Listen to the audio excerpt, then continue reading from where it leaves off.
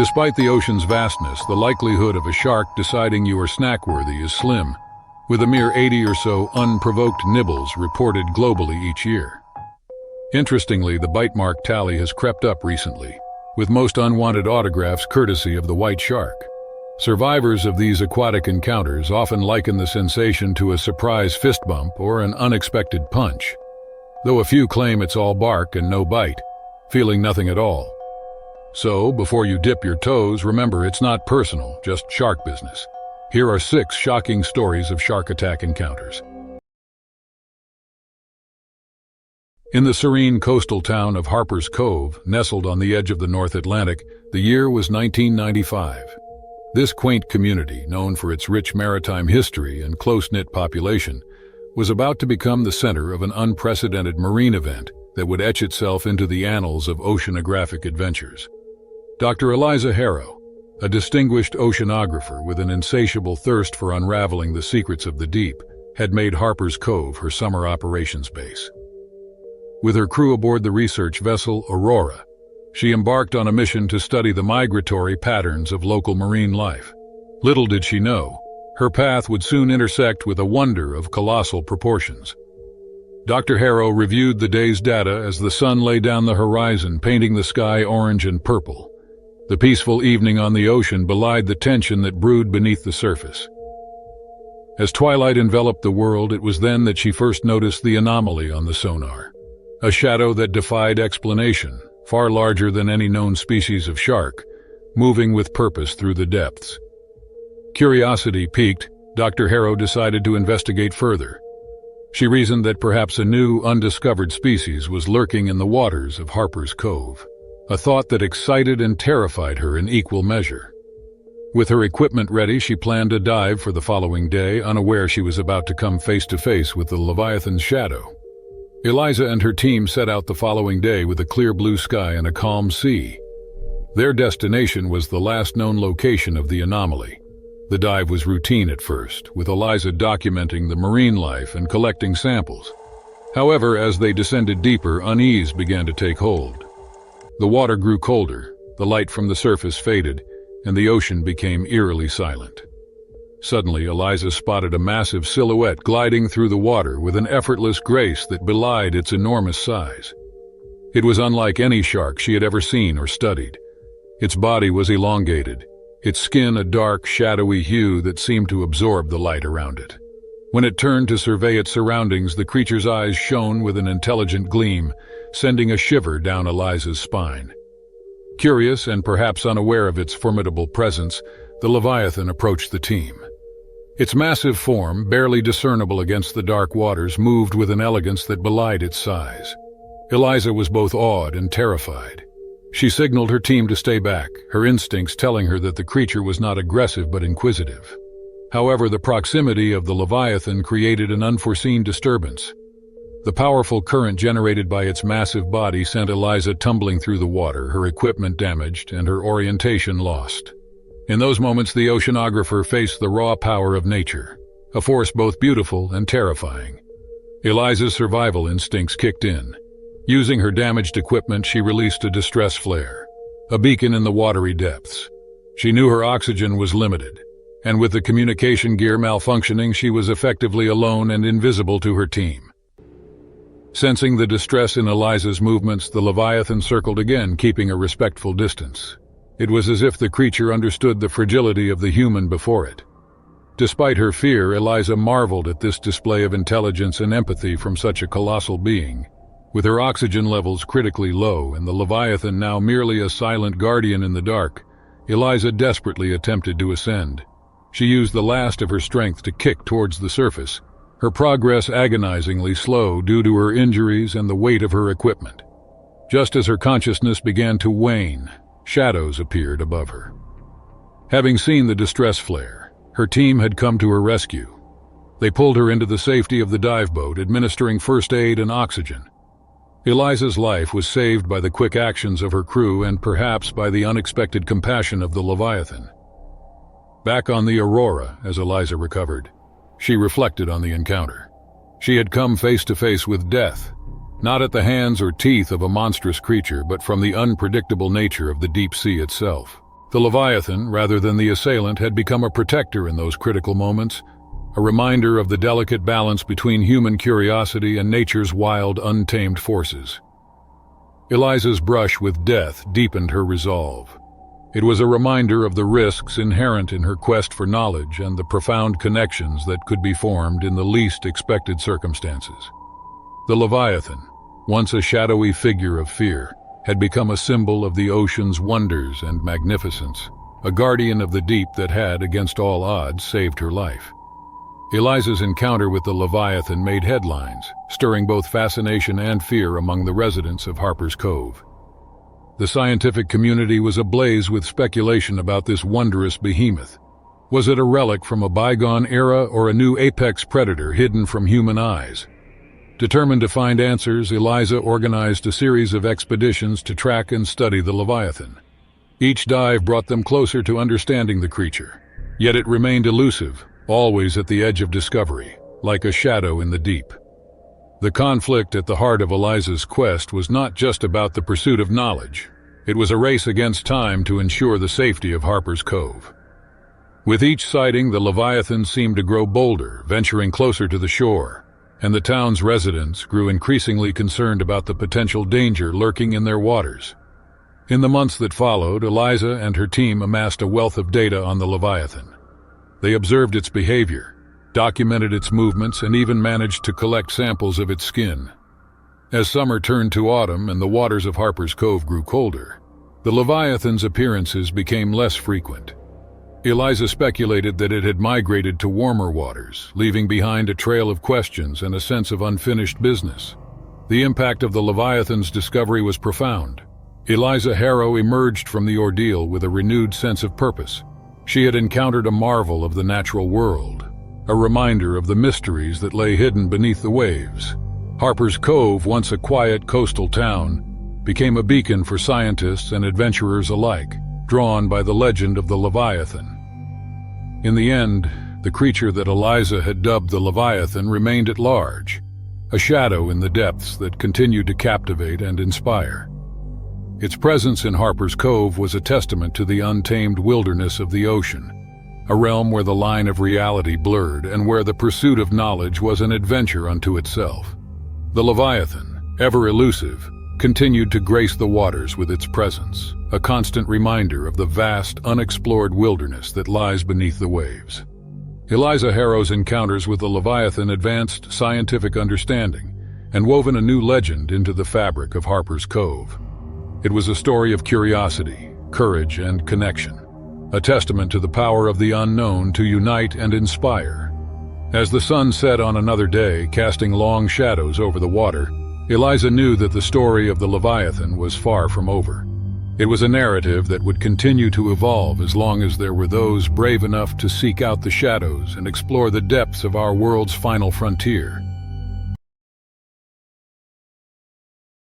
In the sun-drenched waters off the coast of South America in 2005, Hermanus's small but bustling town was at the heart of an event that would soon capture the world's attention.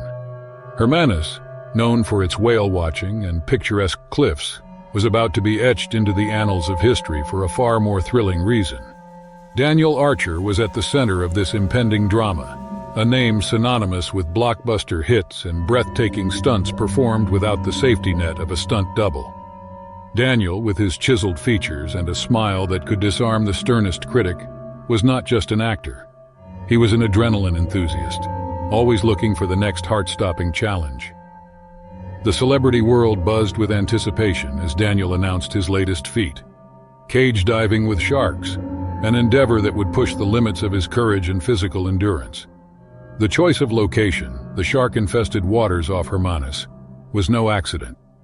These waters were home to some of the most formidable predators of the deep, making it the perfect setting for a spectacle of this magnitude. The preparation for the dive was meticulous, with every detail scrutinized for potential hazards. The cage, constructed from the most robust steel, was designed to withstand a great white shark's powerful jaws and sheer force. Yet, as Daniel would soon discover, nature refused to be underestimated. The day of the dive dawned clear and bright, with the sun casting a shimmering path across the calm sea. On board the charter boat, The mood blended excitement and apprehension. Daniel, ever the professional, exuded quiet confidence, joking with the crew and conducting a final check of his equipment. The cameras were rolling, capturing every moment for the eager audience following from the safety of their homes. As the cage descended into the azure depths, Daniel's eyes adjusted to the dim light, revealing the breathtaking underwater world of Hermanus. Schools of fish darted around the cage, a vivid display of life beneath the waves. Then, without warning, the tranquility was shattered. A shadow loomed large, and the unmistakable silhouette of a great white shark approached, its eyes fixed on the cage. The initial encounter was a dance of predators, with Daniel inside the cage, marveling at the creature's grace and power. The shark circled, its curiosity piqued by the intruder in its domain. Then, in a heartbeat, the situation spiraled into chaos. The shark, perhaps provoked by its reflection or an unseen trigger, launched itself at the cage with ferocious intensity. The impact was a thunderous clang, sending shockwaves through the water and jolting Daniel with the force of a freight train.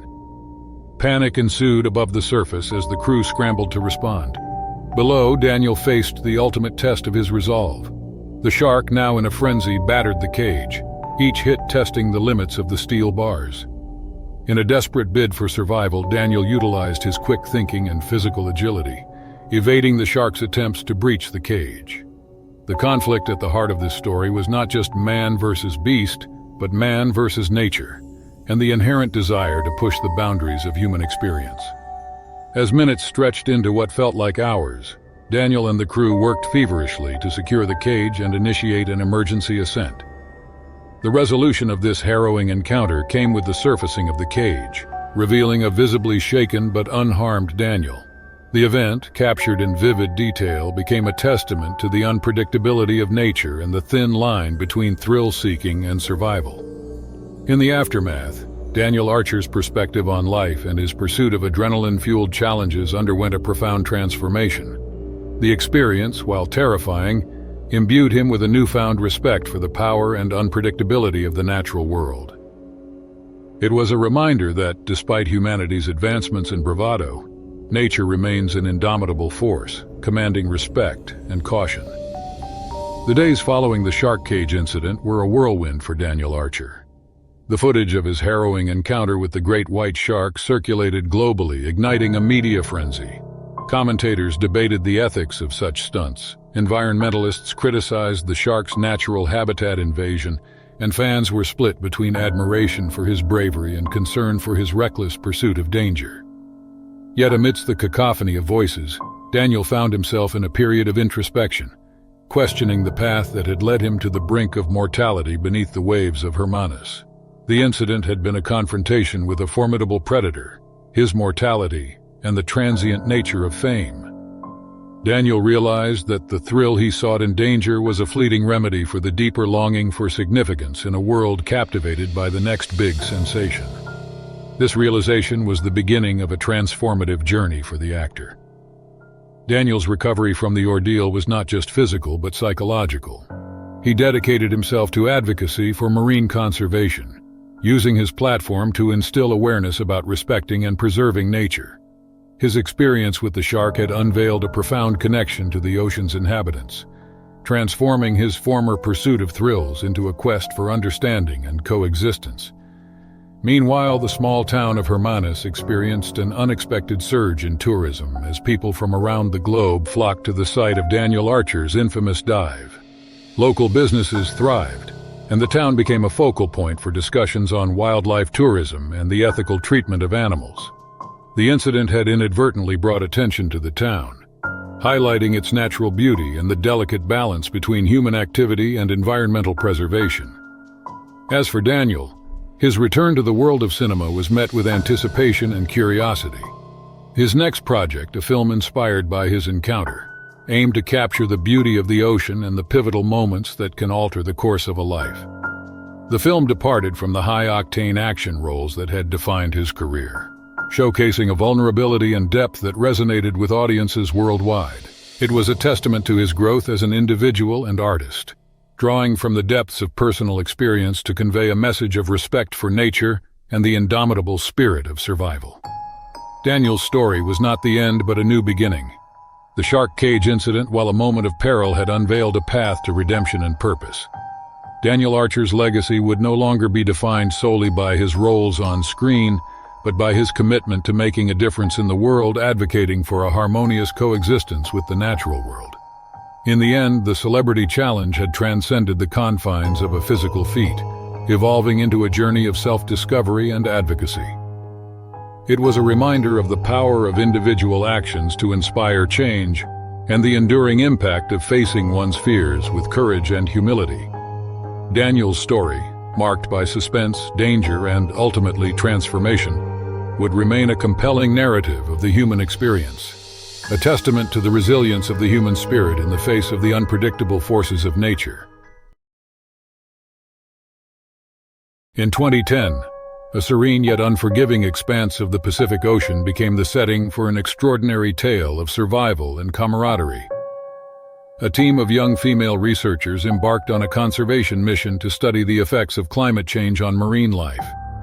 This group was composed of Dr. Emily Hart, a marine biologist with a deep interest in coral reef ecosystems; Sarah Jennings, an environmental scientist specializing in marine pollution; Lisa Nguyen, a marine geologist; and Rachel Adams, a graduate student in marine conservation, set sail aboard the SS Albatross, a modest research vessel equipped with the latest scientific equipment. Their destination was a remote atoll, largely untouched by human activity, offering a unique opportunity to observe and collect crucial data on the health of marine ecosystems. The atoll was known as Tua's Haven. The haven added an aura of intrigue to their mission, but also served as a grim reminder of the ocean's unforgiving nature. The team shared excitement and purpose as they navigated the vast open waters. They discussed their research, the potential discoveries lying in wait, and the impact their work could have on conservation efforts worldwide. However, their aspirations and dreams were abruptly challenged. 3 days into their journey, an unforeseen menace lurked beneath the surface as the SS Albatross cut through the azure waters. A group of aggressive sharks, giant and displaying erratic behavior, converged on the vessel. The attack was sudden and ferocious. Desperate to fend off the sharks, the team realized their boat had sustained significant damage. Water began flooding in, and communication equipment was lost to the depths, leaving them stranded and miles away from rescue. As their situation set in, the team worked tirelessly to secure what remained of the SS Albatross, creating a makeshift refuge. They rationed their limited supplies, knowing that their survival depended on it. The once vibrant discussions about marine life and conservation were replaced with strategies for staying alive in hostile waters. In the face of aggressive sharks and a rapidly flooding boat, the young researchers' survival depended on swift action, ingenuity, and a deep reserve of collective willpower. Their initial reaction to the flooding was to assess the damage quickly and apply emergency repairs to the hull. They utilized emergency patch kits and improvised with available materials to stem the water ingress. The urgency of these repairs underscored the precariousness of their situation, as the ocean threatened to claim their vessel with each passing moment. As the boat took on water, the team relentlessly tried to bail out the influx with any containers they could repurpose from their equipment.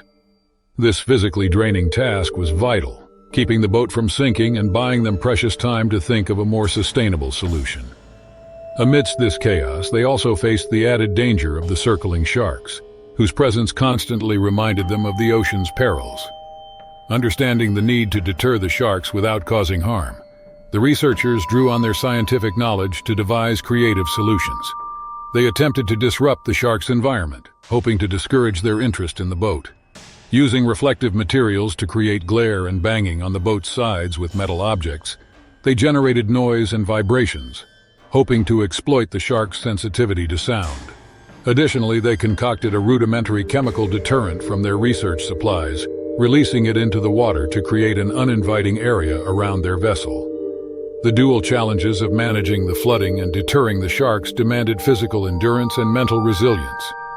The team's morale was tested as they navigated the fine line between hope and despair. Their strategies to manage the flooding and deter the sharks were critical, but their unyielding spirit and the bonds they forged in the heart of adversity truly defined their ordeal. The noise created by banging on the boat's hull with metal objects exploited the sharks' sensitivity to sound. making the area around the boat less attractive for the curious predators. Similarly, using reflective materials to create glare on the water's surface aimed to disorient the sharks and discourage them from approaching too closely. Although not a conventional method, the rudimentary chemical deterrent was based on the principle that certain substances can create an aversive sensory experience for sharks, encouraging them to keep their distance.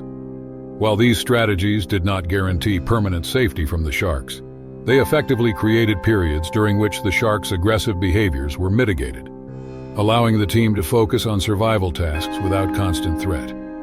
They faced conflict not just against the sharks or the relentless ocean, but within themselves as they struggled with despair, fear, and the uncertainty of rescue. Their mission of exploration and study had turned into a dire fight for survival, yet in this crucible the bonds between them strengthened. They shared stories of their lives, hopes, and fears, forging connections that only those who have faced mortality together can truly understand. Amidst the vast expanse of the ocean, with their boat partially submerged and supplies dwindling, the team faced the daunting task of survival. Dr. Emily Hart, leveraging her extensive knowledge of marine biology, guided the team in collecting rainwater for drinking and identifying edible marine life that approached their refuge.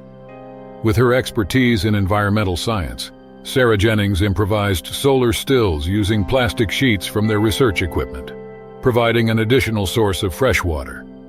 Lisa Nguyen meticulously mapped their location using the stars and remaining navigational tools, calculating currents and winds to understand where they might drift.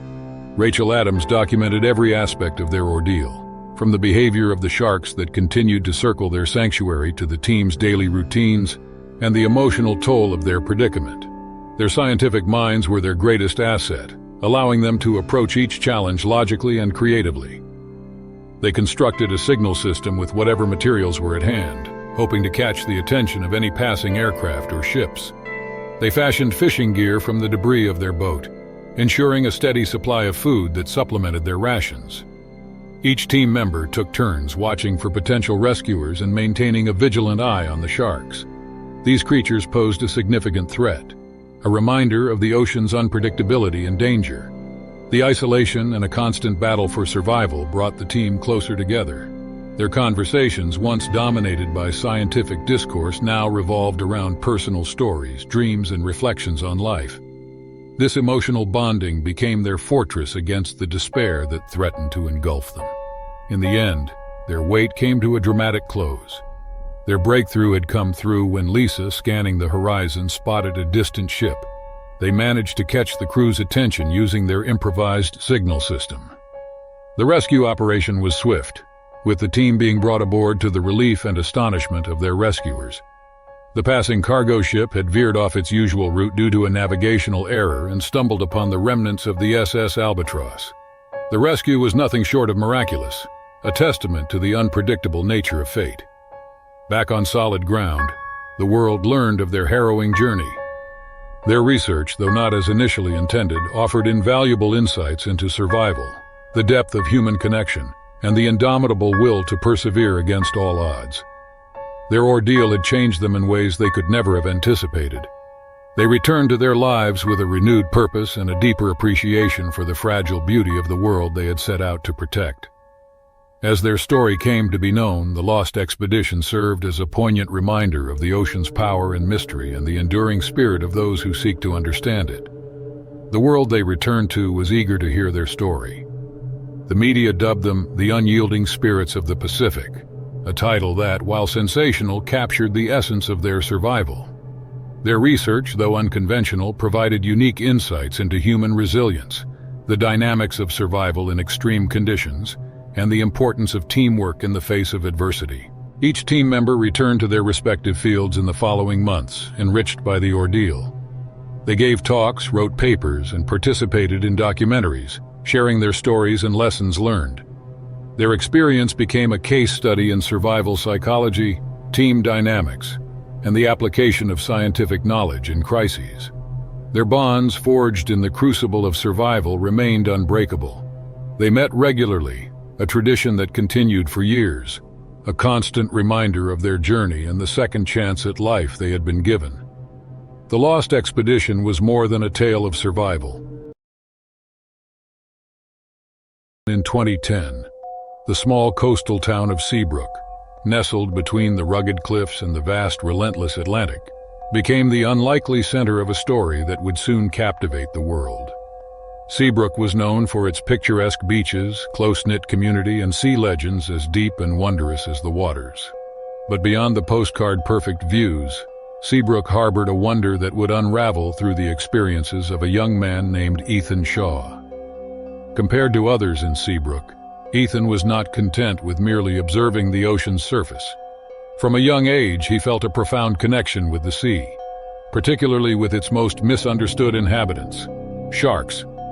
His ability to understand and communicate with these creatures was something of local folklore, a talent many dismissed as a fanciful tale spun by the Shaw family. Yet Ethan's bond with the sharks was undeniable, a connection that went beyond science and entered the realm of the extraordinary. The tranquility of Seabrook was shattered when a new species of shark, far more formidable and aggressive than any seen before, began to frequent its waters. This shark, dubbed the Phantom by locals due to its elusive nature, was unlike any other. It was not just its size or the ferocity that set it apart, but an intelligence in its eyes that seemed almost human. Ethan, intrigued and concerned by the arrival of the Phantom, saw it as a challenge and a duty. He believed that through understanding, he could bridge the gap between fear and coexistence. His first encounter with the Phantom was nothing short of electrifying. The shark seemed to peer into Ethan's soul with its jet-black eyes, setting the stage for a relationship that defied explanation. The presence of the Phantom soon became a problem. Incidents with swimmers and local fishermen escalated, casting the town into a state of fear. The calls for action grew louder, pushing the town's leadership to consider drastic measures that could endanger all shark species around Seabrook. Ethan stood at a crossroads. On one side was the town he loved and its people. On the other, there were the misunderstood creatures he felt bound to protect. His attempts to advocate for a balanced approach were brushed aside, as fear had clouded judgment, driving a wedge between Ethan and his community. The tension reached a boiling point when a group of fishermen, driven by fear and frustration, took to the sea with the intent to hunt down the Phantom. Ethan knew he had to act. In a daring move, he set out to find the Phantom before the fishermen did, hoping to guide it away from the town's waters. Ethan's search for the Phantom led him deep into the ocean, farther than ever. When he finally found the shark, the encounter was unlike any he had experienced. Ethan Shaw's dangerous encounter with the formidable and elusive shark, the Phantom, was pivotal in his journey as the Shark Whisperer. With its jet-black eyes, the Phantom seemed to peer directly into Ethan's soul, acknowledging his presence with an almost human intelligence. Despite its formidable reputation and aggressive demeanor known to the locals, the shark showed an unexpected understanding of Ethan. This moment of mutual recognition began an unlikely alliance between man and beast. Through a silent, profound communication that went beyond words, Ethan was able to convey his intentions to the Phantom. Remarkably, the shark seemed to comprehend Ethan's efforts to protect it and the other marine life, and mitigate the conflict between the shark and the people of Seabrook. This extraordinary encounter was a stage for their collaboration, steering clear of fishermen and leading other sharks away from populated beaches, showcasing a rare harmony between humans and sharks. In the following days, Ethan and the Phantom worked together, steering clear of the fishermen's boats and leading other sharks away from the populated beaches. It was a sight that few would believe. A young man and a fierce shark, side by side in the open sea. The efforts of Ethan and the Phantom gradually reduced the incidents, allowing fear to subside and giving Ethan a platform to educate his community about sharks and their importance to the ocean's ecosystem. The town of Seabrook, once divided, began to see the value in coexistence and understanding. The Phantom, perhaps sensing that its presence was no longer a threat, disappeared into the depths of the Atlantic, leaving behind a legacy that would forever change Seabrook. Now hailed as the Shark Whisperer, Ethan dedicated his life to marine conservation, ensuring that the bond between humans and sharks, forged through understanding and respect, would endure. The story of Ethan Shaw and the Phantom became a testament to the power of empathy and the importance of conservation. Seabrook, once a town gripped by fear, emerged as a beacon of hope, a place where the legends of the sea were not just tales of fear, but stories of harmony between man and nature. Ethan's journey, marked by courage and an unwavering belief in the bond between humans and sharks, reminded us all that even the most ferocious creatures have a place in our world, deserving of respect and protection. In the summer of 1978, on a remote and ostensibly unremarkable island off the coast of Belize, Olivia Marquez found herself standing at the precipice of an ancient mystery. The island, known to a few locals as Isla Sombra, was a place of legend, rumored to harbor secrets dating back centuries. Olivia, a marine biologist with a penchant for adventure, had stumbled upon Isla Sombra by chance, or so she thought while researching the migratory patterns of rare shark species. The setting of Isla Sombra was hauntingly beautiful, with dense jungles bordering pristine beaches that encased the island like a natural fortress. Its history was as rich as mysterious, with tales of ancient civilizations and lost treasures whispered among the waves. With her insatiable curiosity, Olivia was drawn to the island's rumored hidden ecosystem, a place where, according to local lore, a new species of shark thrived. Her days on Isla Sombra were spent in rigorous exploration. The island revealed its secrets slowly, with Olivia meticulously documenting the unique flora and fauna she encountered. It wasn't until she discovered a secluded lagoon, hidden from the world by towering cliffs and dense foliage, that she realized the truth behind the legends. The lagoon was home to a species of shark she had never seen before, creatures that moved with an eerie grace through the crystal-clear waters. Fascination quickly turned to obsession as Olivia studied these magnificent predators. She noted their behavior, unlike any shark species known to science. They were intelligent, showing signs of social structure and astonishing problem-solving abilities.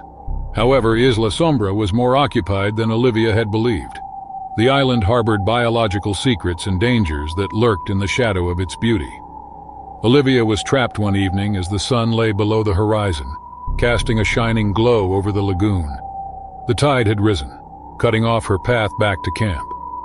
To her horror, she realized that the sharks were not just inhabitants of the lagoon, but guardians of the island's secrets. Night fell and Olivia was alone, save for the sharks that patrolled the waters around her.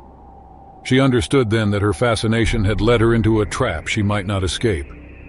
The island, with all its ancient mysteries, had lured her in, and now she was part of its story, a tale of survival and terror. Olivia's fight for survival on Isla Sombra was a testament to her resilience and ingenuity. She navigated the island's treacherous terrain, relying on her knowledge of the natural world to evade the sharks that seemed to anticipate her every move. During these harrowing days, Olivia uncovered Isla Sombra's true secret. The island was not just a haven for a new species of shark. It was a sacred site protected by these creatures for centuries. The sharks were not mindless predators, but the guardians of Isla Sombra's ancient secrets, a pact between nature and the mystic forces that govern the island. Olivia's ordeal was resolved by discovering an ancient artifact, a relic of the civilization that had once thrived on Isla Sombra. It was this artifact that held the key to her escape. With a combination of bravery and desperation, Olivia used the relic to appease the sharks, proving her respect for the island's secrets and its guardians. Olivia Marquez left Isla Sombra as the first person in modern history to uncover its secrets and live to tell the tale. Her experience on the island changed her, not just as a scientist, but as a person who had come face to face with the raw power of nature. She returned to the world with groundbreaking scientific discoveries and a profound respect for the mysteries hidden in the Earth's unexplored corners. Olivia's encounter with the sharks of Isla Sombra became a legend in its own right, a tale of adventure, survival, and the ancient pact between humans and the natural world. It was a reminder that in the end we are all just visitors to the vast untamed wilderness that is our planet. Olivia's story, marked by terror and awe, served as a testament to the indomitable spirit of those who dare to venture into the unknown, seeking the secrets that lie waiting in the shadows. In the year 2009, nestled deep beneath the azure waves of the Pacific Ocean, lay the Titan Research Facility. This beacon of scientific advancement, positioned on the ocean floor near the Mariana Trench, was designed to unlock the secrets of the deep sea. Among its crew was Dr. Alexandra Pierce, a brilliant engineer with unparalleled expertise in biomechatronic systems. The facility, a marvel of human ingenuity, was a complex of labs, living quarters, and containment units designed to withstand the immense pressure of the deep ocean. The day began like any other in the Titan facility. Dr. Pierce reviewed data from the latest experiments on marine life adaptation to extreme pressures. However, the routine was shattered when an alarm blared throughout the complex. A containment breach had been detected. The subject, a genetically modified supershark, codenamed Titanius. This creature, engineered for enhanced intelligence and strength, had been part of a controversial project to study extreme evolutionary adaptations. It was now loose within the facility. The initial chaos was palpable as the facility's crew scrambled to enact containment protocols. However, their efforts were hampered by the cunning of Titanius, who had quickly learned to navigate the facility's corridors with terrifying efficiency. Dr. Pierce was cut off from the rest of the crew, trapped in the engineering section with the creature lurking in the shadows. With the communication system sabotaged by the creature's rampage, Dr. Pierce realized that the safety of the entire facility and its secrets were in her hands. She needed to outsmart Titanius, restore the containment systems, and prevent the creature from breaching the facility's exterior, which would risk unleashing it into the open ocean. Leveraging her deep understanding of the facility's design, Dr. Pierce began a deadly game of cat and mouse. She navigated the labyrinthine corridors, using her knowledge of the security systems to her advantage.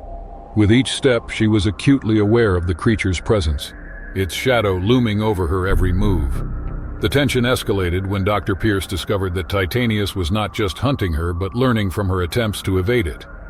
The creature's genetically enhanced intelligence allowed it to anticipate her moves, forcing Dr. Pierce to innovate her strategies constantly. In a bold move, Dr. Pierce decided to lure Titanius into the hydroponic lab, a section filled with thick plant life and water systems. She planned to use the environment's complexity to her advantage, creating distractions and obstacles to confuse the creature. The chase through the hydroponic lab was harrowing, with Dr. Pierce narrowly avoiding the creature's jaws several times. As the chase continued, Dr. Pierce led Titanius toward the containment unit. She had rigged the unit's entrance to close remotely using her technical skills. Timing her sprint precisely, she dashed through the doorway, triggering the closure mechanism as Leviathan lunged at her. The creature was trapped once again. Dr. Pierce set to work repairing the damage to the facility's systems with the shark contained. Her efforts ensured that the breach was sealed, preventing any risk of the creature escaping into the ocean. The facility was safe for a moment. The incident's aftermath was a period of reflection for the crew of the Titan facility. Dr. Alexandra Pierce was hailed as a hero, her quick thinking and bravery having averted a potential catastrophe. The Titanius project was terminated, with discussions on the ethical implications of such genetic modifications taking center stage. For Dr. Pierce, the experience was a profound one. She returned to her work with a renewed sense of purpose, aware of the delicate balance between human ambition and the forces of nature. The incident had tested her to her limits, but it had also shown her the strength of her resolve. The story of Dr. Pierce and Titanius became a cautionary tale, a reminder of the unforeseen consequences that can arise when humanity seeks to play superior.